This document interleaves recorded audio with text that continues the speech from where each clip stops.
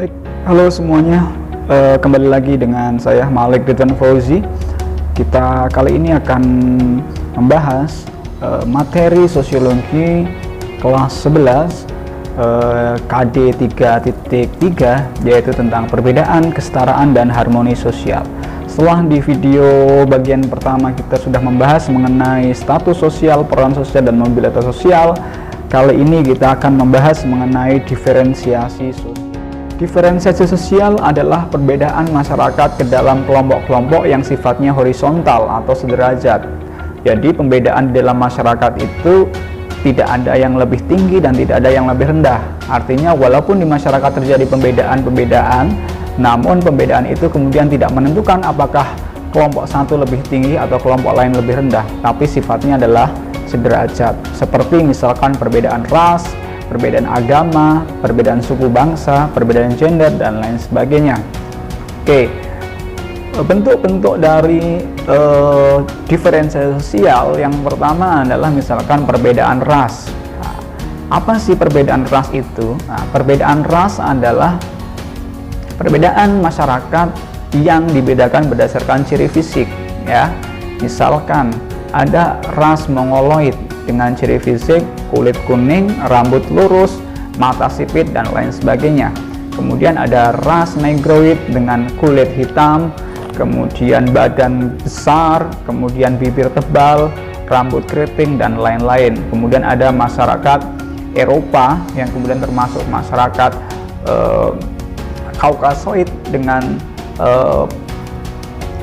warna kulit putih, rambut pirang, mata biru, dan lain sebagainya. Itu adalah perbedaan ras. Yang kedua, ada perbedaan agama, ya.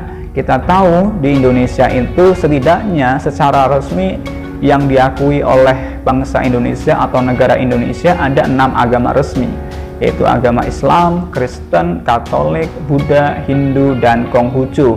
Selain itu, selain ada 6 agama resmi, di Indonesia juga hidup berbagai macam aliran kepercayaan yang jumlahnya sangat banyak. Nah, setiap daerah, setiap suku bangsa memiliki keyakinan lokalnya masing-masing. Nah, itu perbedaan agama atau diferensiasi agama.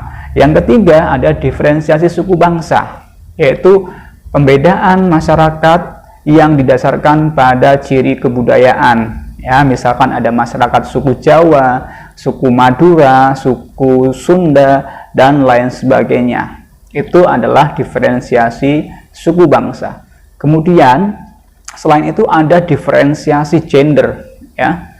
Diferensiasi gender adalah pembedaan antara laki-laki dan perempuan. Kita tahu bahwa dalam kajian sosiologi ada istilah gender dan ada istilah jenis kelamin. Gender sendiri adalah konstruksi sosial budaya atas laki-laki dan perempuan. Nah, jadi antara laki-laki dan perempuan terjadi pembedaan, tapi sifatnya adalah sederajat. Kemudian ada pembedaan profesi, ya, atau diferensiasi profesi. Ya, kita tahu ada orang yang berprofesi sebagai dokter, ada orang yang berprofesi sebagai guru, dan lain sebagainya. Pembedaan-pembedaan itu kemudian sifatnya dalam kehidupan sosial adalah sederajat. Kemudian diferensiasi klan. Klan itu artinya adalah sistem kekerabatan, ya. Kita tahu di Indonesia setidaknya ada 3 sistem kekerabatan yang berlaku di masing-masing suku bangsa. Kalau kita tahu ada suku Minangkabau misalkan, mereka menganut sistem kekerabatan matrilineal, yaitu sistem kerabatan yang menganut garis keturunan ibu. Nah, sementara pada masyarakat Batak, mereka kemudian menganut sistem kerabatan patrilineal, yaitu menganut garis keturunan ayah atau laki-laki. Sementara di masyarakat Jawa menggunakan sistem kekerabatan bilateral, yaitu menganut garis keturunan ayah maupun turunan ibu. Nah, jadi diferensiasi sosial yang ada di Indonesia itu sangat banyak sekali, gitu ya.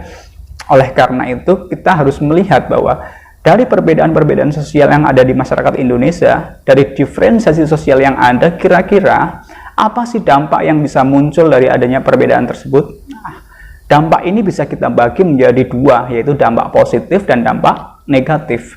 Yang pertama kita akan membahas mengenai dampak positifnya, gitu ya. Dampak positifnya apa dengan keberagaman atau perbedaan-perbedaan yang ada di Indonesia? Satu, mungkin dampak positifnya adalah Indonesia menjadi salah satu negara yang kaya akan budaya dan kaya akan keragaman agama, keragaman ras dan lain sebagainya. Ini menambah potensi kepariwisataan di Indonesia yang menarik ya.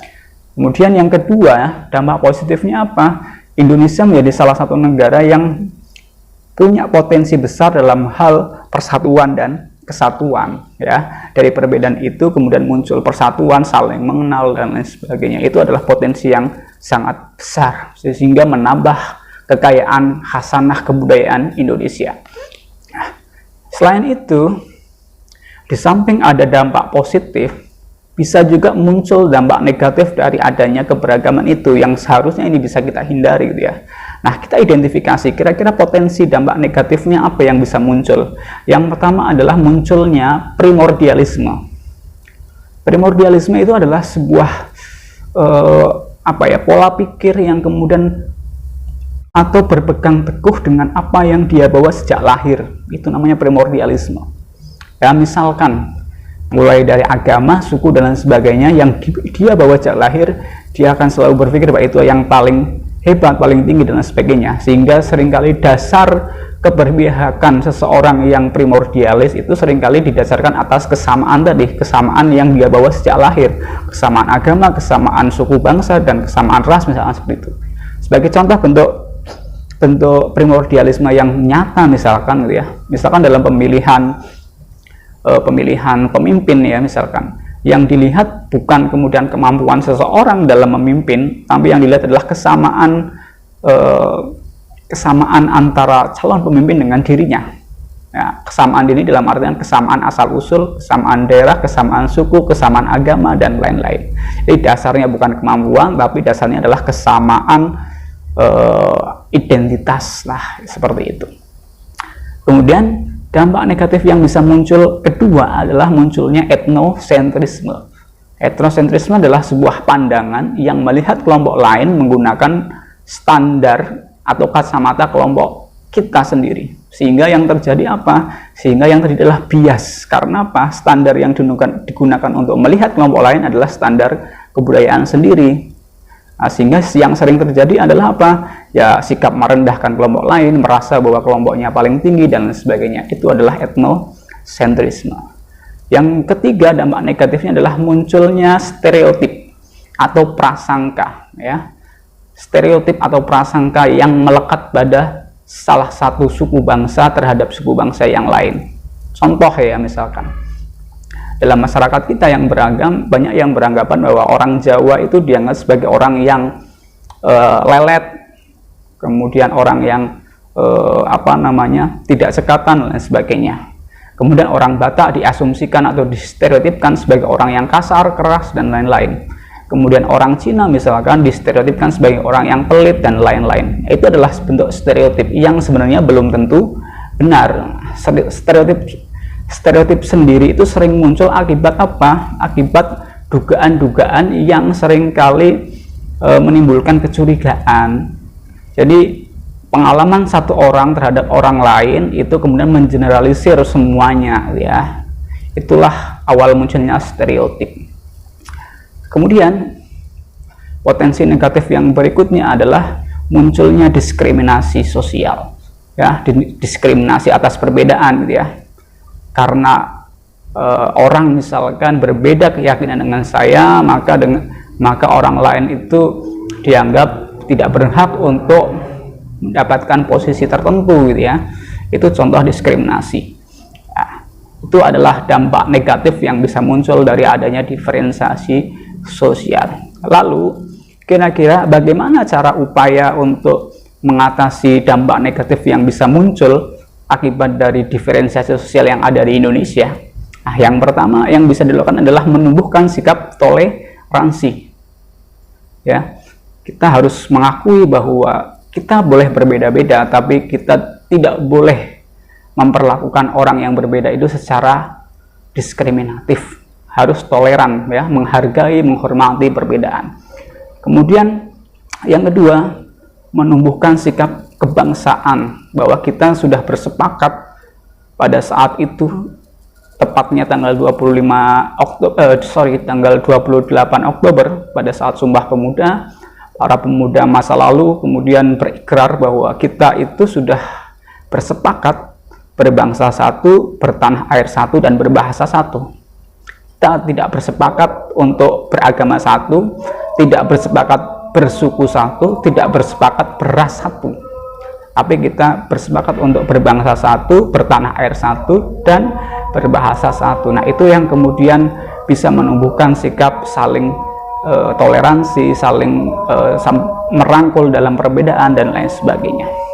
Kemudian sikap apa lagi yang bisa dilakukan untuk mengatasi dampak negatif itu, yaitu dengan pandangan tentang mewujudkan cita-cita masyarakat madani atau masyarakat multikultural, di mana masyarakat multikultural adalah masyarakat yang terdiri dari perbedaan-perbedaan, dan perbedaan itu tidak berusaha untuk disamakan, tapi berusaha untuk dilestarikan dalam wujud saling menghargai, saling toleransi, dan saling menumbuhkan kebersamaan dalam perbedaan. Hal-hal seperti itulah yang perlu kita tumbuhkan dalam menyikapi diferensiasi sosial yang ada di masyarakat kita. Oke, saya pikir itu terkait dengan diferensiasi sosial. Mudah-mudahan bisa dipahami. Kita kembali bertemu di video berikutnya. Terima kasih.